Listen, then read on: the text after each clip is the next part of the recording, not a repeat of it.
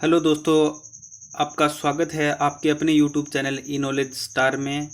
शुरुआत करते हैं मोटिवेशनल कोट से।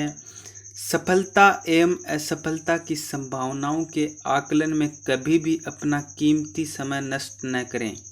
अपना लक्ष्य निर्धारित करें और कार्य करने की शुरुआत करें। सभी को गुड मॉर्निंग। चलिए अब स्टार्ट करते हैं करंट अफेयर्स के देश दुनिया बुलेटिन में। मैं विकास आपको आगे करंट अफेयर्स की क्लास में बताता हूँ। दोस्तों, सभी परीक्षाओं के लिए महत्वपूर्ण प्रश्न हैं, जिसमें पहला प्रश्न क्या है। हाल ही में किसे 2019 के UN military gender advocate of the year award से सम्मानित किया जाएगा। ऑप्शन ए है Manoj Mukund Naravane, B major Suman Gawani, option C Vipin Rawat, option D RKS Bhadauria. इसमें राइट आंसर है मेजर सुमन गवानी। इसके बारे में इम्पोर्टेंट पॉइंट जानते हैं दोस्तों। मेजर सुमन गवानी भारतीय सेना की अधिकारी है और इस पुरस्कार को जीतने वाली पहली भारतीय शांति दूत होगी। यूएन यानी यूनाइटेड नेशन संयुक्त राष्ट्र, इसकी स्थापना 24 अक्टूबर 1945 को हुई। इसका मुख्यालय न्यूयॉर्क में है और सदस्य देश इसके 193 हैं। वर्तमान में इसके अध्यक्ष एंटोनियो गुतेरस हैं। दूसरा क्वेश्चन आपकी स्क्रीन पर है। हाल ही में भारत सरकार ने किसे नाइजर गणराज्य में भारत का नया राजदूत नियुक्त करने की घोषणा की है। क्वेश्चन क्या है, एक बार फिर पढ़ता हूँ दोस्तों। हाल ही में भारत सरकार ने किसे नाइजर गणराज्य में भारत का नया राजदूत नियुक्त करने की घोषणा की है। ऑप्शन ए है Deepak Mittal, option B Prem K Nair, option C Piyush Srivastava, option D Saurabh Kumar. इसमें राइट आंसर है दोस्तों, रेड कलर से हाईलाइट आपके स्क्रीन पे, ऑप्शन बी यानी Prem K Nair. Important point जानते हैं नाइजर के बारे में। नाइजर अफ्रीका महाद्वीप में स्थित है। इसकी राजधानी नियामी है। करेंसी यहाँ पश्चिमी अफ्रीकी सीएफए फ्रैंक चलती है। यहाँ के राष्ट्रपति वर्तमान में महामदो इसेथोफो हैं। प्रधानमंत्री ब्रिगेडियर रफीनी है। क्वेश्चन थर्ड है आपकी स्क्रीन पे। हाल ही में किसने कॉलिंग एप्लीकेशन कैचअप लॉन्च किया है। क्वेश्चन थर्ड क्या है, हाल ही में किसने कॉलिंग एप्लीकेशन कैचअप लॉन्च किया है। Option A Facebook, option B Instagram, option C Twitter, option D Amazon. इसमें राइट आंसर दोस्तों फेसबुक है। इंपॉर्टेंट पॉइंट जानते हैं। इस कॉलिंग एप्लीकेशन का उद्देश्य दोस्तों परिवार के सदस्यों को एक साथ कॉल के समय जोड़ना है। इस कॉलिंग के कारण क्या होगा, परिवार और दोस्तों को एक साथ कॉल के समय हम जोड़ सकते हैं।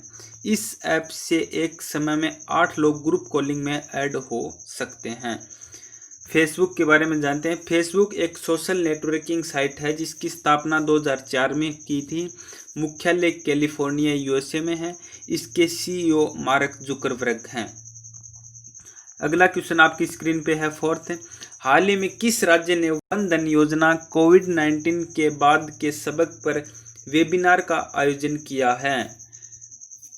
क्वेश्चन क्या है, एक बार फिर पढ़ता हूं दोस्तों। हाल ही में किस राज्य ने वन धन योजना कोविड-19 के बाद के सबक पर वेबिनार का आयोजन किया है।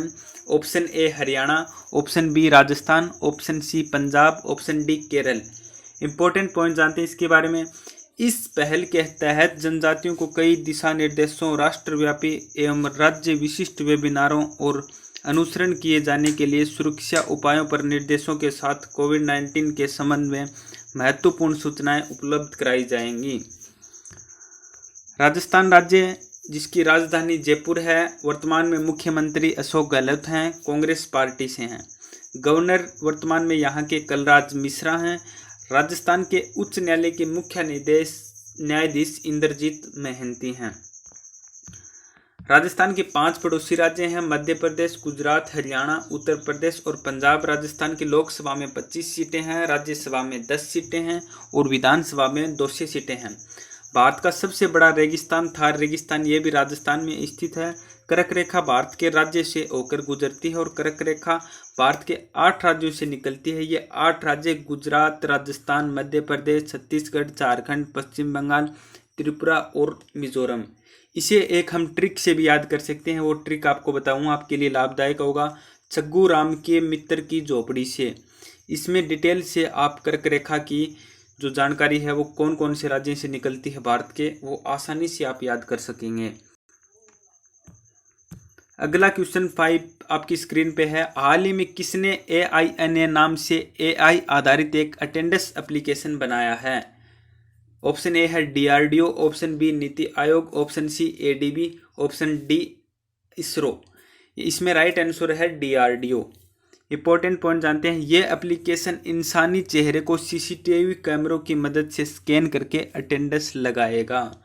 इंपॉर्टेंट पॉइंट क्या है दोस्तों इसके बारे में, ये एक एप्लीकेशन बनाया गया है जो आदमी के चेहरों को CCTV कैमरों की मदद से स्कैन करके अपने आप अटेंडेंस लगा देगा, यानी उपस्थिति। AI क्या है?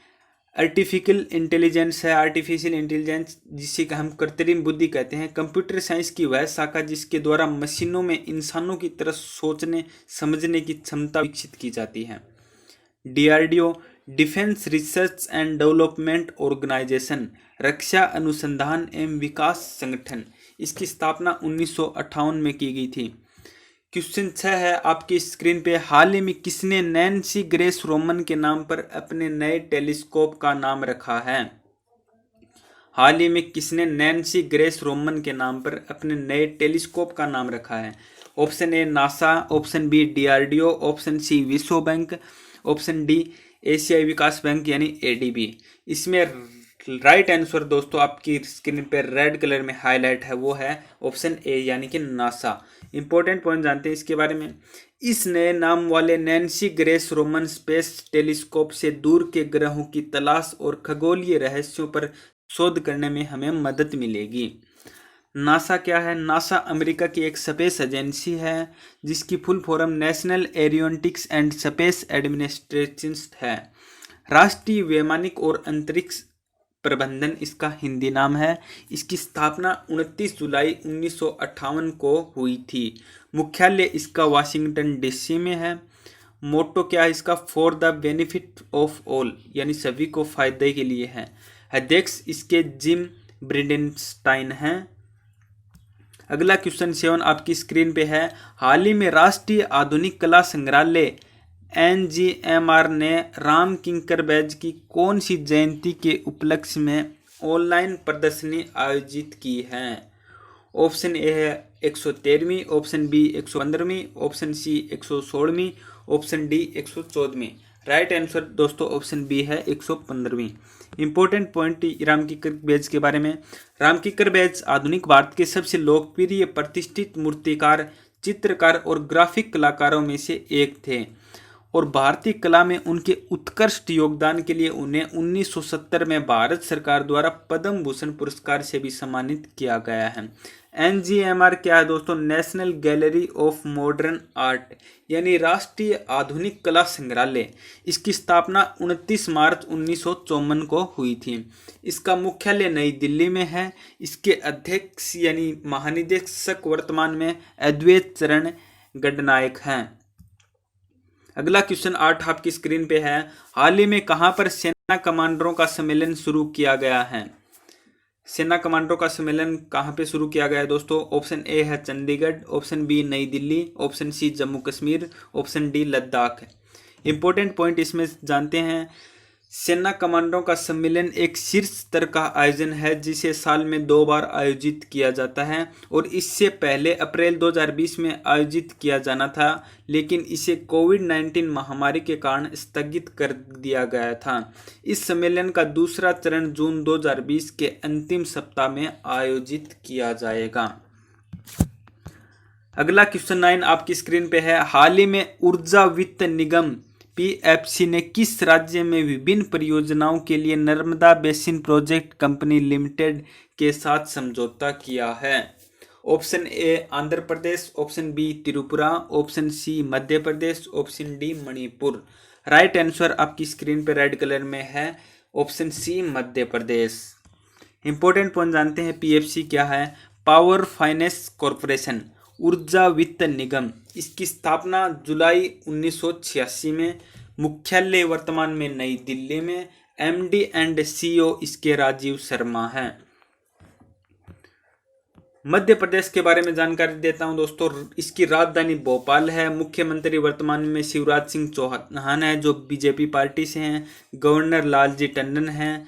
मध्य प्रदेश हाईकोर्ट के मुख्य न्यायाधीश अजय कुमार मित्तल हैं। मध्य प्रदेश की लोकसभा में 29 सीट, राज्यसभा में 11 सीटें और विधानसभा में 230 सीटें हैं। मध्य प्रदेश के 5 पड़ोसी राज्य महाराष्ट्र, छत्तीसगढ़, उत्तर प्रदेश, राजस्थान और गुजरात।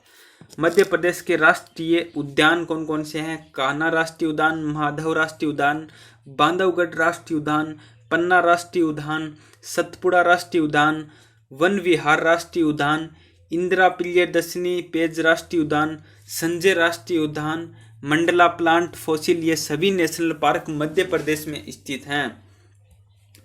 कर्क रेखा के बारे में आपको दोस्तों पहले ही बता चुका हूं मैं।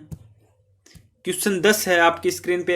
हाल ही में किस भारतीय अमेरिकी IBM वैज्ञानिक ने 2020 को NYIPLA यानी investment of the year award जीता? ऑप्शन ए है Rajiv Joshi, option B Vithal Tilvi, option C Ritu Karidhal, option D Gopal. Right answer है option A Rajiv Joshi. Important point, doctor Rajiv Joshi ने यह पुरस्कार इलेक्ट्रॉनिक उद्योग को आगे बढ़ने और कृत्रिम बुद्धिमत्ता क्षमताओं को बेहतर बनाने में उनके योगदान के लिए जीता है। ठीक है, तो दोस्तों हमने 10 क्वेश्चन करंट अफेयर्स के बारे में पढ़ा। इससे आपको आगामी परीक्षाएं होने वाली कौन सी भी परीक्षा हो जो गवर्नमेंट आपकी लेती है उनमें ज़रूर मददगार साबित होंगे। तो मेरे दोस्तों चैनल को सब्सक्राइब करें और लाइक करें और अपने सुझाव हैं वो कमेंट बॉक्स में डाल दें।